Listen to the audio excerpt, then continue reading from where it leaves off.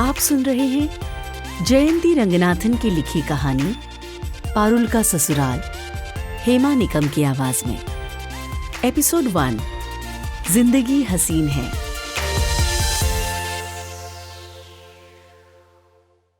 पारुल, पारुल, कहाँ रह गई? तेरे काम खत्म ही नहीं होते यार।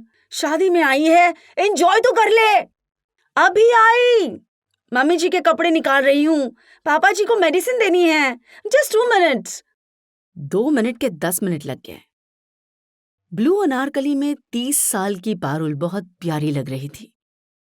अपने कंधे तक के बालों का जूड़ा सा बनाया था। उसमें सफेद फूलों का गजरा लगा था, कानों में डायमंड की बालियां, गले में सोने की मटर माला, हाथ में रोलेक्स की घड़ी। हर तरह से वो गाजियाबाद के एक नामी ऑटो पार्ट कंपनी के ओनर्स की शानदार बहू लग रही थी। उसके पीछे मरून कुर्ते और जीन्स में उसका हैंडसम हस्बैंड शौर्य खड़ा था।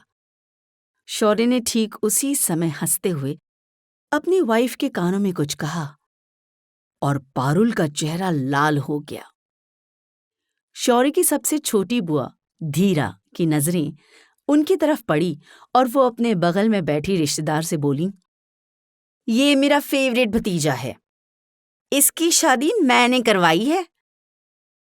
अच्छा, तो तुम इनके बारे में ही बता रही थी। तुम्हारी भाभी ने लड़की रिजेक्ट कर दी थी, पर तुमने बात पक्की करवा दी। धीरा झुंझला कर बोली, आप तो बाल की खाल पकड़ लेते हो। पारुल की माँ मालती मेरी क्लासमेट थी, बहुत इंटेलिजेंट लड़की है, बीकॉम में यूनिवर्सिटी टॉप किया था। आप तो देख ही रहे हो कितनी सुंदर है। मालती की जल्दी डेथ हो गई। मैंने जीजा जी से कहा था कि पारुल के लिए लड़का मैं देखूंगी। शौर्य को ऐसी लड़की चाहिए थी। हाँ, स्टेटस में हमारे भैया के परिवार जैसे नहीं है। भैया की इतनी बड़ी ऑटो पार्ट्स की कंपनी है। पारुल के घर वाले एकदम सिंपल लोग हैं। शौर्य को पारुल पसंद आ गई। फिर मैंने धीरा, किरण भाभी इसी तरफ आ रही है। धीरा भाभी को देखकर बात करते करते चुप हो गई। आज धीरा की दीदी माया की बेटी की शादी थी। उनका पूरा परिवार आगरा में जुटा था। धीरा खुद आगरा में रहती थी। उनके बड़े भाई पवन, भाभी किरण, उनका इकलौता बेटा शौर्य, उसकी पत्नी पारुल और बेटी तानिया गाजियाबाद से आए थे। मेहंदी वाली आ गई थी। मेहंदी लगाने के लिए लेडीज आगे आने लगी। डीजे ने गाने की आवाज बढ़ा दी। बच्चे नाचने लगे। तानिया का हाथ पकड़कर पारुल भी ठुमके लगाने लगी। शौर्य अपने आईफोन से वीडियो बनाने लगा। शादी के बाद सब गाजियाबाद वापस आ गए।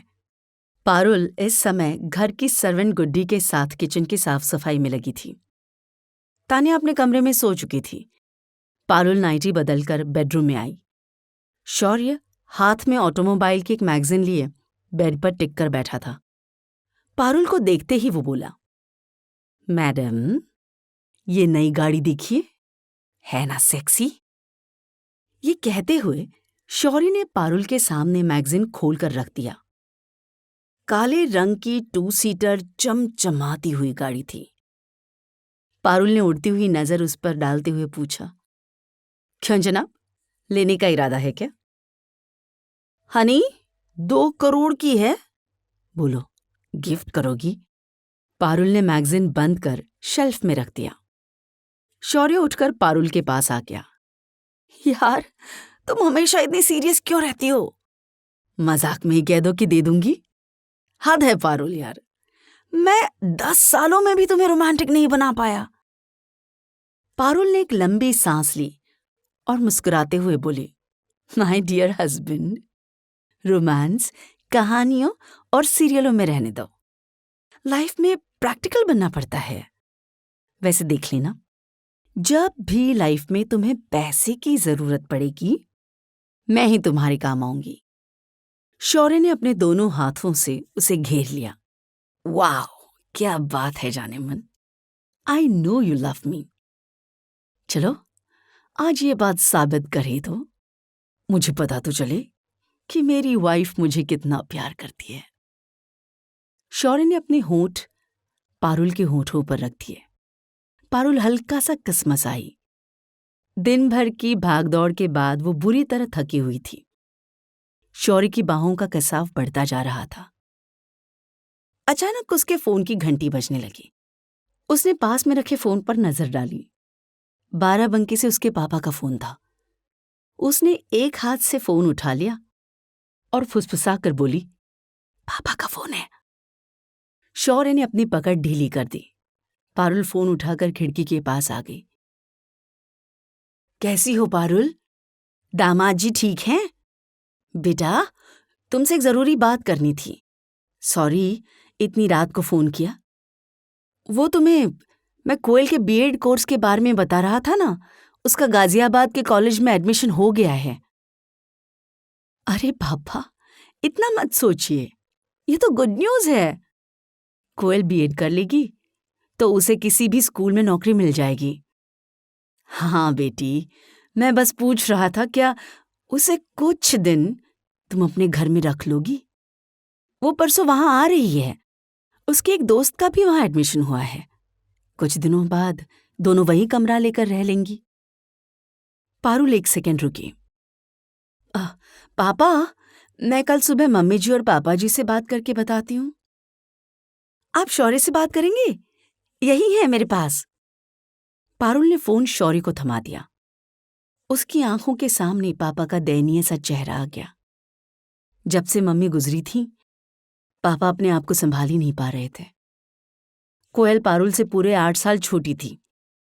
जहां पारुल पढ़ने में तेज थी, वहीं कोयल एकदम एवरेज। मां के लाड ने कोयल को कभी बड़ी होने नहीं दिया। अब पापा को उसकी चिंता लगी रहती है कि कोयल को भी किसी तरह पारुल की तरह अच्छा घर मिल जाए। शौर्य फोन रखने के बाद पारुल के पास आ गया।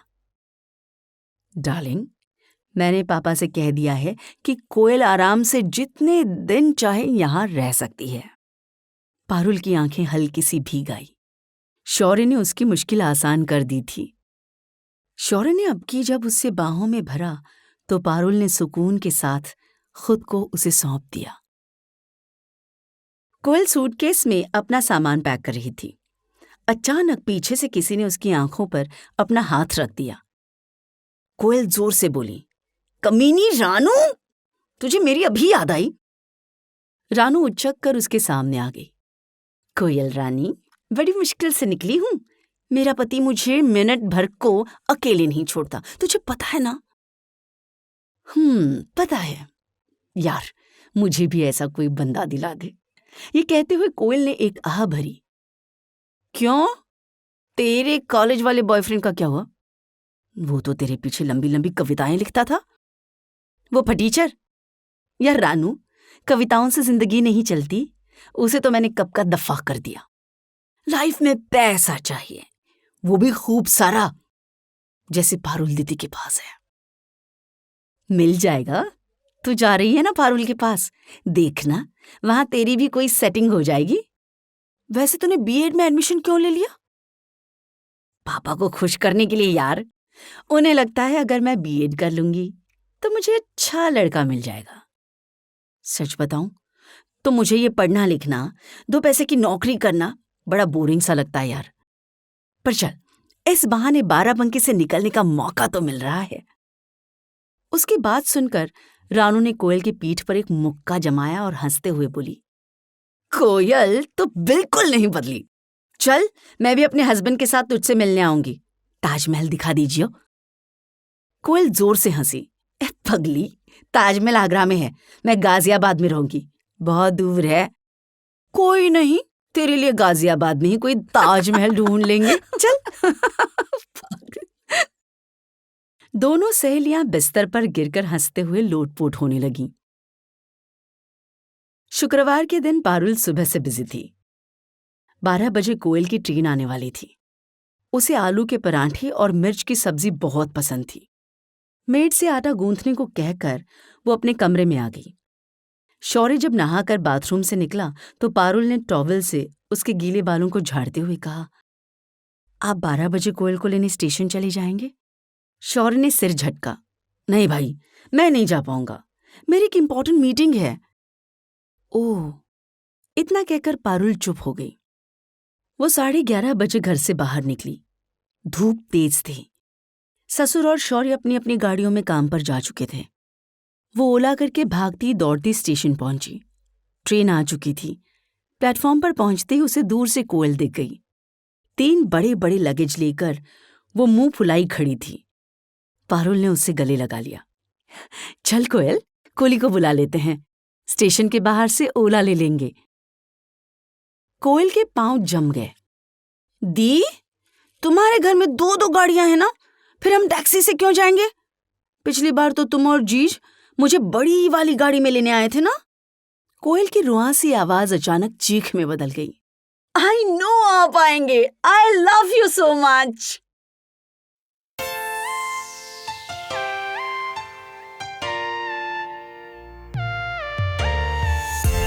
अभी आपने सुनी जयंती रंगनाथन की लिखी कहानी पारुल का ससुराल, हेमा निकम की आवाज में।